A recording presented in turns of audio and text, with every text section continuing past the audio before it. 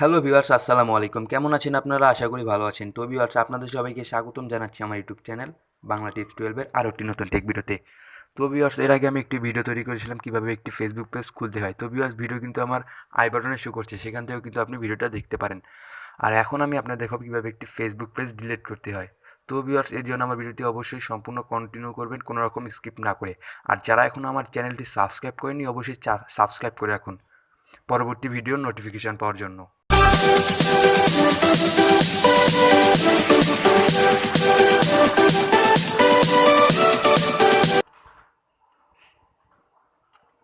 তো ভিউয়ার্স, আপনার Facebook page delete করার জন্য আপনি সরাসরি আপনার ফেসবুকে প্রবেশ করে আপনার ফেসবুক পেজে এন্ট্রি করবেন। তারপর আপনি ঠিক এইখানে বাঁ পাশে স্ক্রোল করবেন। তো তারপর মোর অপশন শো করবে, আপনি মোর অপশনে ক্লিক করে দিবেন। তো ভিউয়ার্স, সেখানে ক্লিক করার পর আপনি ঠিক একটু স্ক্রোল করবেন এবং স্ক্রোল করার পর এডিট পেজ ঠিক এইখানে ক্লিক করে দিবেন। তো তারপর আপনি স্ক্রোল করার পর ঠিক সবার নিচের যে অপশনটি সেটিংস, এইখানে ক্লিক করে দিবেন। সেটিংসে ক্লিক করার পর ঠিক এমন একটি ইন্টারফেস আপনার কাছে শো করবে, তখন আপনি জেনারেলে ক্লিক করে দেবেন সবার উপরের। তো ভিউয়ার্স, জেনারেল অপশনে ক্লিক করার পর আপনি ঠিক স্ক্রোল করবেন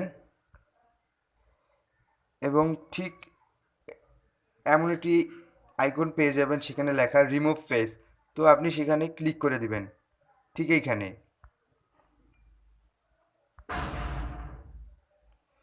তো রিমুভ ফেস অপশনে ক্লিক করার পর আপনি ঠিক এই ডিলেট পেজ অপশনে ক্লিক করে দিবেন